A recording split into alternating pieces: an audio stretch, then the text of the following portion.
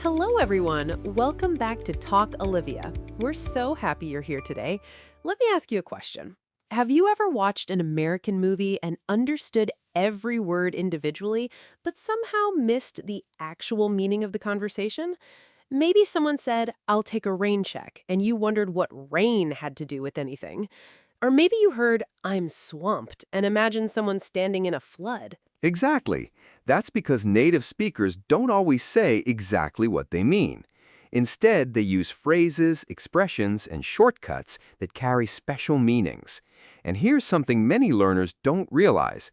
You can know thousands of English words and still sound unnatural if you don't know these common native expressions. Today, we're going to learn 20 English phrases native speakers use every day in real life.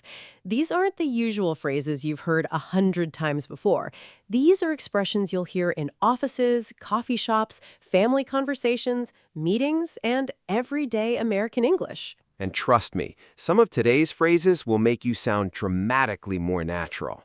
Stay until the end because we'll also show you several expressions that native speakers use at work almost every day. Let's begin with our first 5 phrases. Phrase number 1, "I'm swamped." This means you're extremely busy. It's much more natural than saying, "I'm very busy." For example, can you review this report today? I'd love to help, but I'm swamped. Notice how natural that sounds. Here's a native speaker tip. People often say, "I'm absolutely swamped," or "I've been swamped all week." Those are common collocations you'll hear constantly. Phrase number 2, "I'll take a rain check." This means, I can't do it now, but maybe another time. Imagine this conversation. We're grabbing dinner after work. Want to join us? I'd love to, but I'll have to take a rain check. I've got a deadline tonight. That's much more natural than simply saying, "No, I can't." It leaves a friendly tone and leaves the door open for future plans. Phrase number 3, "I'm not sold on it." This means, I'm not convinced. Here's a workplace example. What do you think about investing in this new software? I'm not sold on it yet. Notice that the speaker isn't rejecting the idea completely. They're simply saying they need more information. That's why native speakers love this phrase. Phrase number 4, "That rings a bell." This means something sounds familiar. For example, have you heard of Stephen Covey? The name rings a bell, but I can't remember where I've heard it. Many learners say, "I know this name." Native speakers often prefer, "That rings a bell." And phrase number 5, "I'm all ears." This means I'm listening carefully. Imagine your friend says, "I've discovered a way to learn English twice as fast." You could respond, "Really? I'm all ears." That's a phrase native speakers use when they're genuinely interested. Quick challenge for everyone watching. Which of these 5 expressions is completely new to you? I'm swamped. I'll take a rain check. I'm not sold on it. That rings a bell. I'm all ears. Tell us in the comments because we're just getting started. And trust me, the next phrases are even more useful.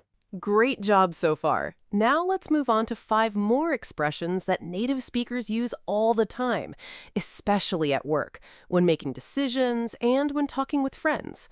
Phrase number 6, "Let's touch base." This means, let's talk briefly later and exchange updates.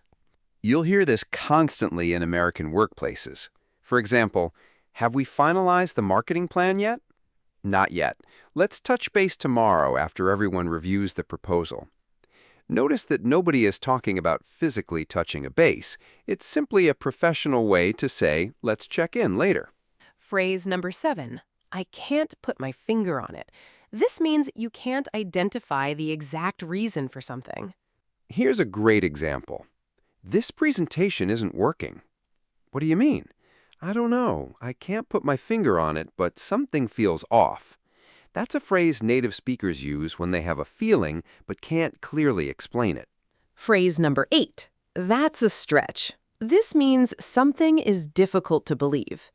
Imagine someone says, "I became fluent in English in 10 days." You might respond, "That's a stretch." You're not directly calling them a liar. You're politely saying the claim seems unrealistic. That's one reason native speakers like this expression. It's softer than saying, "That's impossible." Phrase number 9, That's on me. This means it was my responsibility, or it was my mistake. For example, why didn't the client receive the email? That's on me. I forgot to send it. Here's something many learners don't realize. Native speakers often prefer "that's on me" instead of "I take full responsibility for the error." It's shorter and sounds more natural. And phrase number 10, it slipped my mind. This means you forgot something. For example, did you call your dentist? Oh no, it slipped my mind. Notice how much more natural this sounds than simply saying, I forgot. Quick question for everyone watching. Which phrase do you think would be most useful in your daily life? Let's touch base. I can't put my finger on it. That's a stretch. That's on me, or it slipped my mind. Write your answer in the comments. Now let's compare textbook English with native English. Textbook English, let's discuss this matter later. Native English, let's touch base later. Textbook English, I cannot identify the exact reason. Native English, I can't put my finger on it. Textbook English, this statement appears unlikely. Native English, that's a stretch. Exactly. And here's a speaking challenge. Repeat these 3 sentences out loud. I can't put my finger on it. That's on me. It slipped my mind.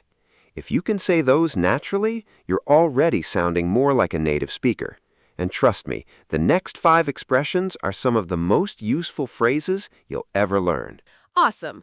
We've already covered 10 powerful expressions. Now let's learn our final 10 phrases. These are expressions native speakers use when making decisions, giving opinions, adapting to situations, and talking about success.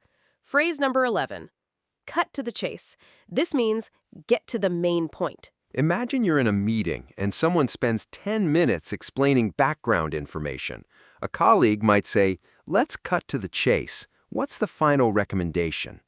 Here's a native speaker tip. This phrase isn't rude when used politely. It's often used when people are busy and want direct information. Phrase number 12. I'm leaning toward. This means you're beginning to prefer one option. For example, have you decided which laptop to buy? I'm leaning toward the MacBook because of the battery life. Notice something important. The decision isn't final yet. You're simply showing your current preference. Native speakers use this phrase constantly when discussing choices. Phrase number 13. Go with the flow. This means adapt to the situation instead of trying to control everything. Imagine you're traveling with friends. You ask, what's the plan for today? And someone replies, I don't know, let's just go with the flow. This expression suggests flexibility and a relaxed attitude. Many learners love this phrase because it's useful in so many situations. Phrase number 14. Play it by ear. This means you'll decide later based on circumstances. For example, are you coming to the beach this weekend? I'm not sure yet. Let's play it by ear. This is one of those expressions that surprises learners. Nothing actually involves ears. It's simply a natural way to say, we'll decide later. And phrase number 15. You nailed it. This means you did it perfectly. For example, your coworker gives a presentation. You might say, you nailed it. Or your friend explains a difficult idea clearly. You can say, you nailed it. This phrase is incredibly common because people love giving positive feedback. Quick challenge comment. Which of today's 20 phrases impressed you the most? Play it by ear, we dodged a bullet, that's a game changer, or maybe another one. Tell us below. And before we finish, let's look at some common mistakes learners make when using these expressions. Before we finish, let's talk about some common mistakes learners make when trying to use these expressions.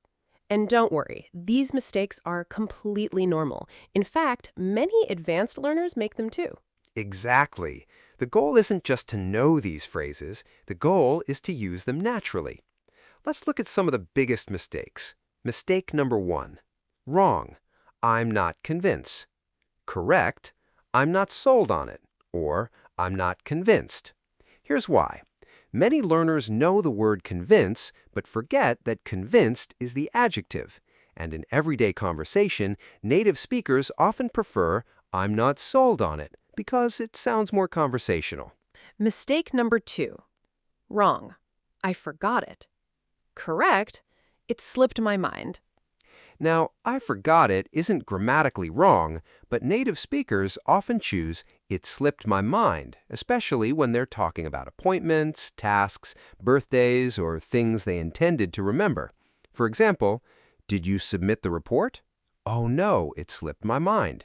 That sounds much more natural. Mistake number 3. Wrong. Let's decide later. Correct. Let's play it by ear.